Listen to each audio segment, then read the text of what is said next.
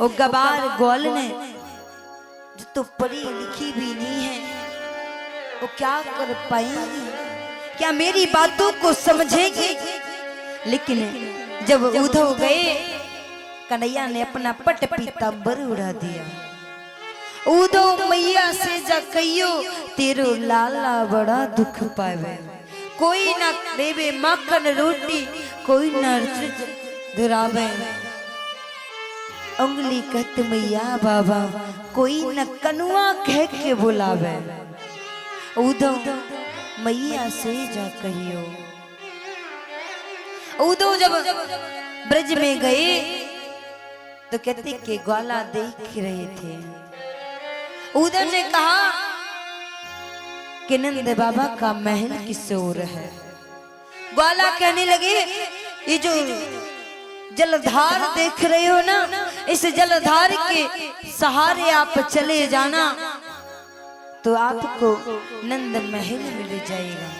अरे ये धार किसी पोखरी की नहीं है, अरे ये धारा तो मैया की आंखों से निकले हुए अश्रु की है। गोपियां ने जब रुदन किया तो उनकी आंखों से जो अश्रु भये उन अश्रु से एक सरोवर परिवर्तित हो गए वही आंसू। आज जैसे ही उधव गए तो यहाँ मैया अपने कन्हैया की याद में पालने को झूला रही थी। उधव ने इस दृश्य को देखा तो सारा ज्ञान बह गया। मैया ने कहा नंद बाबा और मैया कहने लगी ये बताओ मेरा कान्हा कैसा है, मुझे याद करता है या नहीं। उधव ने कहा बाबा जितना मुझे कन्हैया ने बताया था उससे अधिक मैंने पाया। यहाँ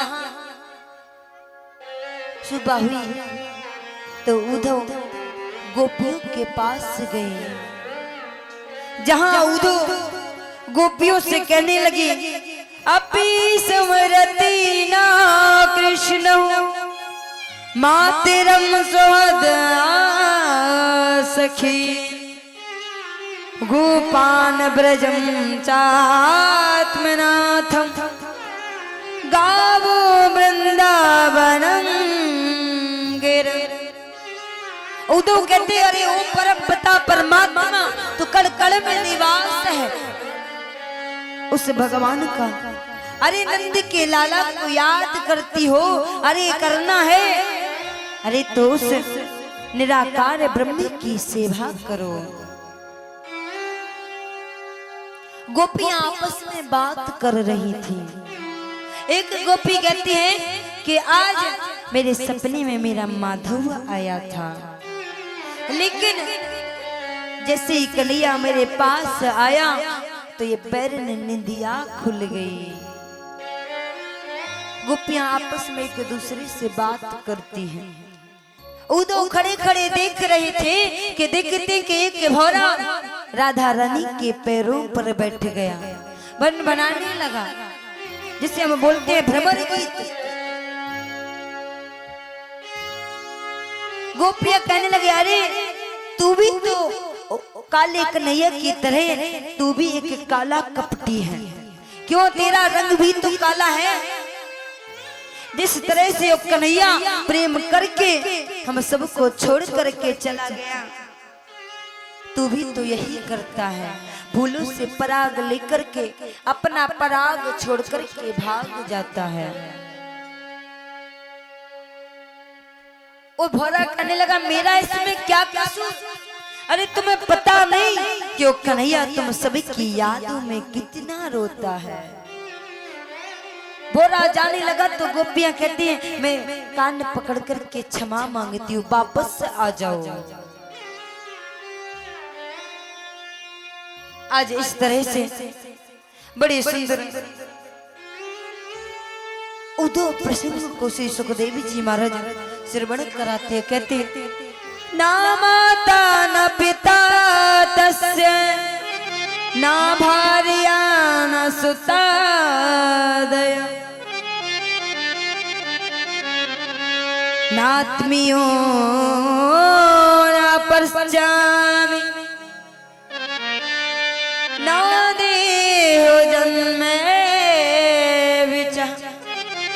गोपियां आपस में कहते अरे हमको क्यों यो याद करेगा जिस माँ बाप ने, जिस माता पिता ने जन्म दिया पाला पोसा, उन माता पिता को ही भूल गया।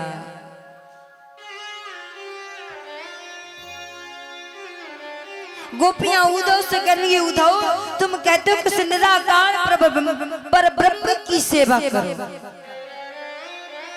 लेकिन कैसे करो? उद्धव मन्ना भय 10-20 एक के हाथों सो गयो श्याम संग को आराधेश। उद्धव मेरे मन 10-20 नहीं है, मेरा मन तो एक ही है, और वो मन श्याम के साथ चला गया। यदि 10-20 होते तो मैं शायद से मन को उस पर ब्रह्म में लगा देती। जिस तरह से एक लकड़ी में आग छुपी रहती है, ठीक उसी तरह भक्तों के हृदय में रोम रोम में उस माधव का वास है। बड़े सुंदर कहते कि उद्धव कहते थे कि वापस लौटाऊंगा 2 घंटे में, लेकिन यहाँ 6 महीने बीत गए। आगे चल करके उद्धव जब मथुरा में गए तो यहाँ कन्हैया से कहने लगी तू कितना निठुर है, अरे उन गोपियों को छोड़ कर के चला आया जो गोपियां तुझसे अनन्य प्रेम करती हैं। उद्धव कहता मैं धन्य हो गया, अरे मैं तो गोपियों के रज के काबिल भी नहीं हूं चरणों के। उद्धव के ज्ञान का पिटारा टूट गया। आगे चल करके श्री सुखदेव जी महाराज कहते राजन, आगे चल करके यहाँ कंस की पत्नी अस्थि प्राप्ति जाकर के जरासंध को बताया, तो जरासंध ने आकर के कन्हैया पर आक्रमण कर दिया और 17 बार युद्ध किया। और कहते कि 17 बार जब युद्ध किया, 18वीं बार में कालिया बन को पीछे छोड़। अब आगे कन्हैया पीछे पीछे कालिया बन, और कालिया बन कन्हैया जाकर के मुचकुंद की गुफा में घुस गए। वहां मुचकुंद महाराज तपस्या कर रहे थे। कालिया बन ने सोचा शायद यही छलिया है, तो जाकर के लात मार दी। जैसे ही तपस्या खुली, नेत्र खुले, तपस्या टूटी मुचकुंद महाराज की, तो नेत्र खुले तो आज कालिया बन जलकर के भस्म हो गया। बोले भक्तवत्सल भगवान की। और कहते हैं कि हाँ 18वीं बार युद्ध हुआ तो कन्हैया ने यहाँ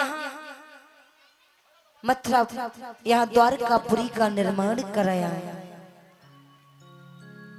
और जब 18वीं बार युद्ध हुआ तो कहते कि कन्हैया ने सारे मथुरापुरी के वासियों को आज द्वारकापुरी में आज पीछे के दरवाजों से भेज दिया, जो समुद्र के टापू पर बनी हुई थी। आगे चलकर के बड़ा सुंदर प्रश्न करते हैं, कहते हैं राजन एक बड़ी सुंदर कथा है। राजा परिचित कहने लगे प्रभु मैंने तो सुना कि भगवान के विवाह हुए हैं। तो श्री सुखदेव जी महाराज बड़ा सुंदर वर्णन करते हैं। राजा सीद भीष्म को नाम विदर्भ अधिपति महान, तस्य पंचाभवं पुत्रा कन्यका च वरानना। श्री सुखदेव जी महाराज कहते राजन विदर्भ देश के राजा भीष्म जो कुंडनपुर के राजा थे, उनकी एक बेटी थी जिनका नाम था रुक्मिणी, और भीष्म के 5 बेटे थे। रुक्मी, रुक्मृत, रुक्मबाहु, रुक्मकेशी तथा रुक्ममाली। इन 5 भाइयों में इकलौती बहन थी रुक्मिणी। कहते कि यहाँ नारद आदि महात्माओं के द्वारा राजा भीष्म को लगा कि मेरी बेटी विवाह की योग्य हो गई है। तो राजा भीष्मक ने जैसे ही रुक्मणी मैया के लिए वर के लिए गई तो कन्हैया को चयन किया, लेकिन जब रुक्मी से सलाह ली तो रुक्मी ने मना कर दिया। रुक्मी कहने लगा कि मैं उस रणछोड़ के साथ अपनी बहन का विवाह नहीं करूंगा, और कहते कि रुक्मी अपनी बहन रुक्मणी का विवाह शिशुपाल के साथ रिश्ता पक्का कर आया। अब जो रस्में होती हैं वो रस्में कहते कि कन्हैया के साथ हुई। रुक्मणी मैया को पता चला तो रुक्मणी मैया ने एक पत्र को लिखा और पत्र को लिख करके ब्राह्मण को दिया और उसमें लिखा कि ये प्रभु, मैंने आपके जब गुणान वादों को सुना तब ही मैंने आपकी सुंदर छवि को अपने हृदय में विराजमान कर लिया। मैंने आपको तभी अपना पति मान लिया था, पति रूप में स्वीकार किया था, और यदि आज आप न आए तो मैं अपने प्राणों को तज दूंगी, लेकिन किसी दूसरे से विवाह नहीं करूंगी। श्रुत्वा गुणान भवन सुंदर सुनवतामते निर्विश कर्णि विवरूहर्तु